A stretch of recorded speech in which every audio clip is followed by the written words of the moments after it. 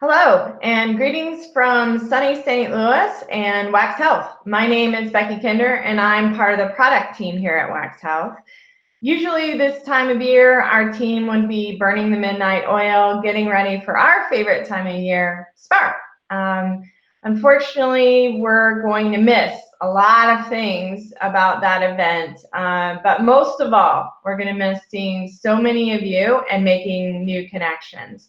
But I'm hopeful that everybody in our community is safe and healthy and that we'll be able to see each other very soon. So with me today is Kelly Hockett and Tiffany Eidem, two members of the product team. And what we wanted to do with you today is just walk through some frequently asked questions that we've been getting around employee changes in the CARES Act. So just having a casual conversation this Tuesday morning about some of the questions that have been coming across our desks. And I'm going to start with Kelly today. Kelly, we've been getting a lot of questions around furloughed employees, and I had a really basic question, and that is, what's the difference between a furloughed employee and an employee that's been laid off? Yeah, that's a great question. Great place to start today, Becky. A permanent layoff is the termination of an employment and the employee is removed from the payroll. Furloughed, also referred to as leave of absence, typically means an unpaid leave of absence in which the employee remains on the payroll, although they're not being paid because no work is performed. So we have a lot of furloughed employees out there today, and it's my understanding that medical FSAs work a little bit differently than dependent care FSAs during a furlough. Could you walk us through the differences between those accounts and furloughed employees? Yeah, absolutely. For medical FSAs, employees have access to their entire annual election amount, regardless if they're making those payroll contributions. Once the employee returns to their active employment, then the annual election will be prorated over the remaining pay periods to catch up those contributions. The dependent care is a little bit different since employees need to be actively working to qualify for dependent care. When the leave of absence is over, the employer can allow their employees to change their election for the remaining pay periods for the plan year. The new election amount would then be prorated over those remaining pay periods. So for medical FSAs, participants can spend dollars during the furlough, but for dependent care, they can't. And then for medical FSAs, contributions not collected during the furlough would be caught up post-furlough. And then for dependent care, essentially the benefit just restarts after the furlough with the option to change the election amount. Is that right? You got it. Another thing to note that we're seeing is during the leave of absence is through the WEX Health COBRA Direct Bill platform, you can bill employees for their portion of medical, dental, and vision premiums to use a pay-as-you-go model during that leave of absence instead of having to take catch-up contributions upon their return to work. We have many employers seeking a direct bill administration for their leave of absence employees, since these employees are not able to pay their benefit premiums through normal payroll deductions processes right now. So that's a great option, but I'm kind of wondering about COBRA responsibilities. Do employers need to offer COBRA to furloughed employees? Yeah, this is a very common question that we are getting from employers. Unfortunately, there's no universal answer on this furlough question. Whether COBRA should be offered to furloughed instead of direct bill really depends on the terms of the employer's plan. Generally speaking, if the plan says coverage is lost, then that's a COBRA qualifying event. If coverage is not lost while they're on their leave of absence, then there's probably not a COBRA qualifying event. Unfortunately, we can't advise on which is appropriate for an employer's plan, and it's always best to speak to the employer's benefit counsel on this subject. Yeah, so there's a lot of gray area out there right now that we're all trying to sort through as quickly as we can. Another question that I've seen in my inbox is just really about general election changes and changes to coverage. I know that Section 125 does not permit changes to employees' coverage due to a pandemic, but is there anything that the employer can do? Yeah, another good one, Becky. There's a lot of information out there right now on special enrollments. And like you said, a pandemic is not a reason that an employer can allow an employee who maybe declined coverage to enroll at this time. However, we'd recommend employers to speak to their benefit counsel on options. One option could be that an employer might be able to implement coverage elections on a post-tax basis. That's helpful.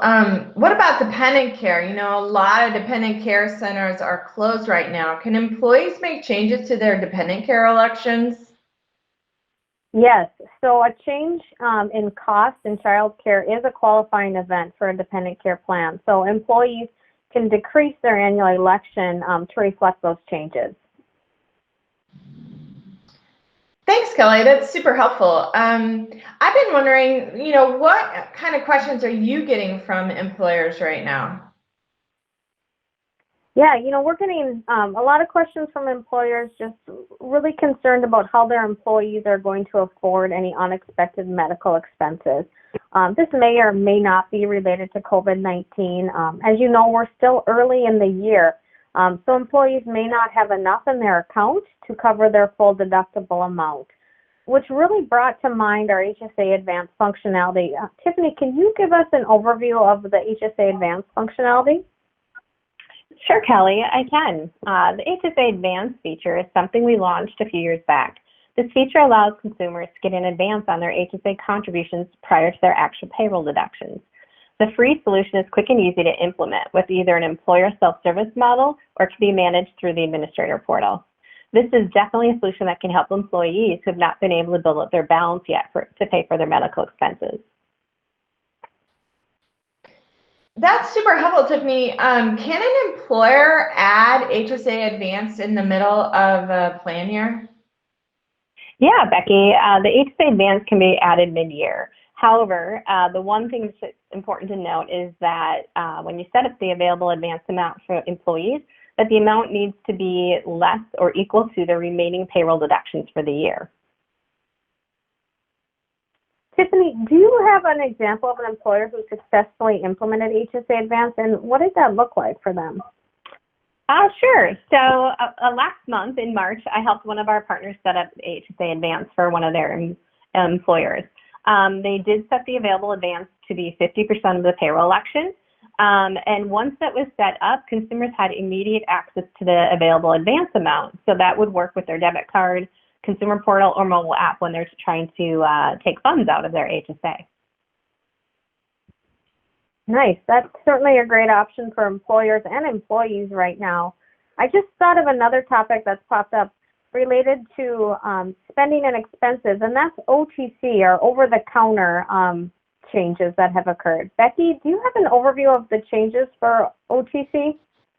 Sure, Kelly. As you all know, on Friday, March 27th, the CARES Act was signed into law, and part of that bill permanently reinstates the coverage of OTC drugs and medicines as eligible for reimbursement from an HSA, HRA, or FSA without the need of a prescription.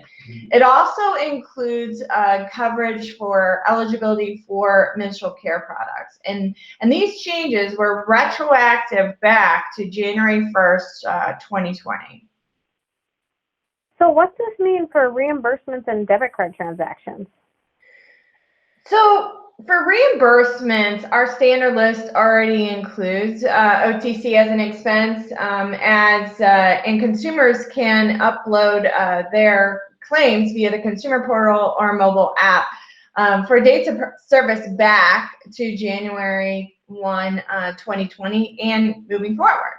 Of course, for debit card claims, OTC will be an approved expense moving forward, but CJIS is currently updating their eligible expense list, which is expected to occur on or around April 15th. And then once that list is updated, merchants will need to download the revised list and then process those changes, process that list through their point of sale systems. Interesting. What about the WEX Health debit card? Are you making any changes to accommodate this? No, our cards can accommodate the limited amount of OTC that is eligible today and were approved prior to the CARES Act. So there really are no changes on our end. We'll just pick up the new list once it's processed through the merchant systems. We really only need to be patient and wait for the merchants to adopt the revised list. And we're told that CJIS is making this a top priority. However, it will take some time to process this all the way through, especially during a pandemic, to get this change fully rolled out. That's great news. But once it's rolled out, our cards are ready to go, right? Yep. Consumers will be able to go and buy any eligible items through the normal checkout process and use their benefits card in order to purchase those items that are on the revised list. So very easy. Yeah, this is a huge win for employees. Do you have any ideas on how to communicate some of these changes to employees?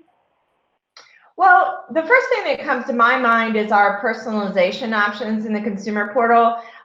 Using our advanced custom messaging options, you can target individuals who are enrolled in specific plans like an FSA, HSA, to communicate these changes via banner image, a custom image, or a custom text box on the home page.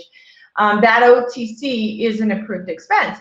You can also target the message for a specific date range if you want. And along this line of personalization, we will be releasing new pick pack images for partners to help them get the message out about OTC, as well as other messages to help our partners and employers to keep connected with participants and employees during this extremely difficult time. But keep posted for future communications around these additional tools that we're working on to help. And to close here today, know that we are here to help. Please don't hesitate to reach out with your questions, your ideas, or just reach out and say hi, because we miss you and we will be missing you without the opportunity of Spark to be able to see you this spring. But know that we are here working every day to ensure that we're adapting and growing and moving with every change that each day brings. But we welcome your collaboration and we value your partnership. And thank you for tuning in and have a great day.